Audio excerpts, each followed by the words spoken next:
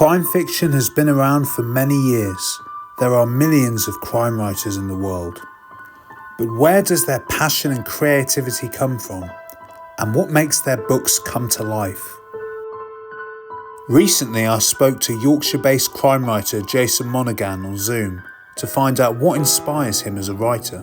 Hi Jason, nice to meet you. Thanks for agreeing to do this interview.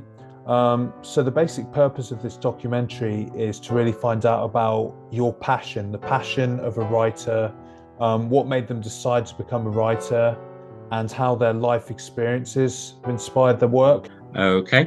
What made you decide to go into writing?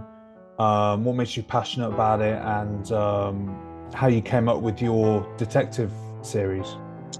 I trained as an archaeologist, and I've always wanted to write. I wanted to write as a child. I wrote effectively fan fictions as a teenager. And then in my later 20s, I was reading thrillers. I was reading things like Jeffrey Archer, Desmond Bagley, and starting to get into this sort of idea of adventure, travel, because I love traveling, I love places, and I love ideas. So I wrote a thriller set in the Caribbean, based on Guernsey, where I was living at the time, but set in the Caribbean.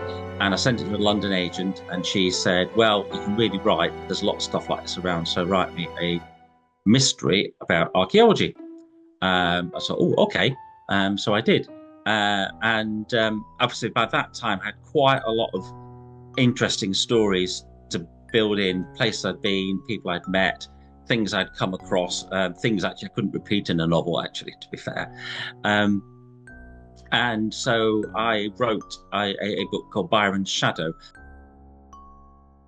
Most archaeologists I know are very left-wing or fairly left-wing, and so I thought it's quite obvious that the character I need is a left-wing archaeologist in his late 20s, struggling a bit, kicking against the establishment, like a lot of my colleagues were, drinking a fair amount, like a lot of my colleagues were, and never really fixing on a proper relationship with a woman, because he's always off on digs and expeditions and having affairs with people.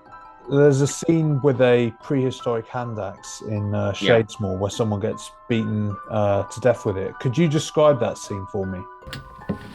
The murderer breaks in, he gets into the study, and he's rummaging around collecting files about Shadesmoor Castle when he's disturbed by Tom Aitken, the archaeologist.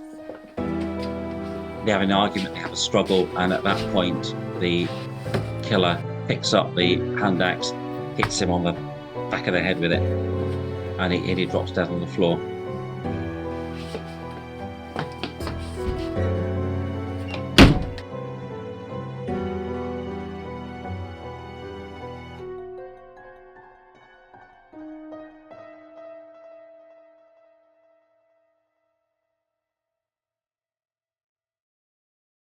And then a burglar breaks in,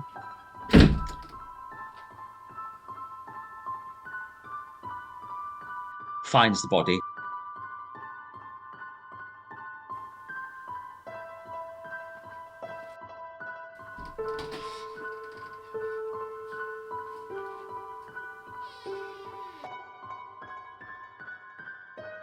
and is arrested.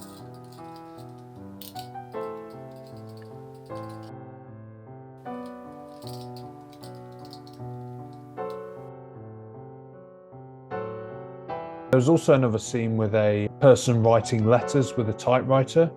Yeah. Could you describe that for me as well, please? Person with the typewriter, because this is at the point where a lot of people are using word processors.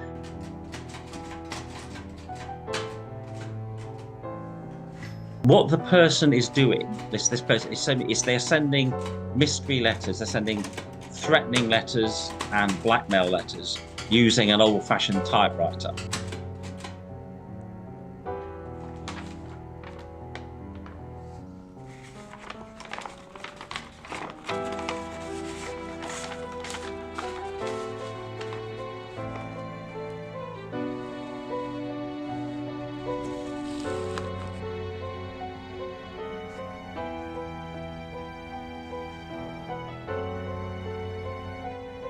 And every now and again, Flint gets an anonymous letter typed.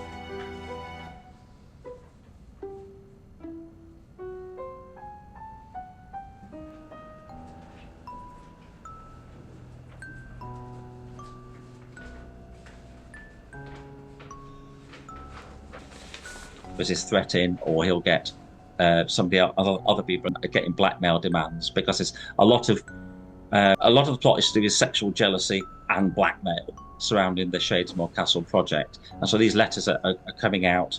Obviously, if you've got it on a computer, it's on a computer memory, it can be traced, but an old-fashioned typewriter. What's your main interest in the detective genre? I'd like to tell a story, and the mystery is a good vehicle for doing it.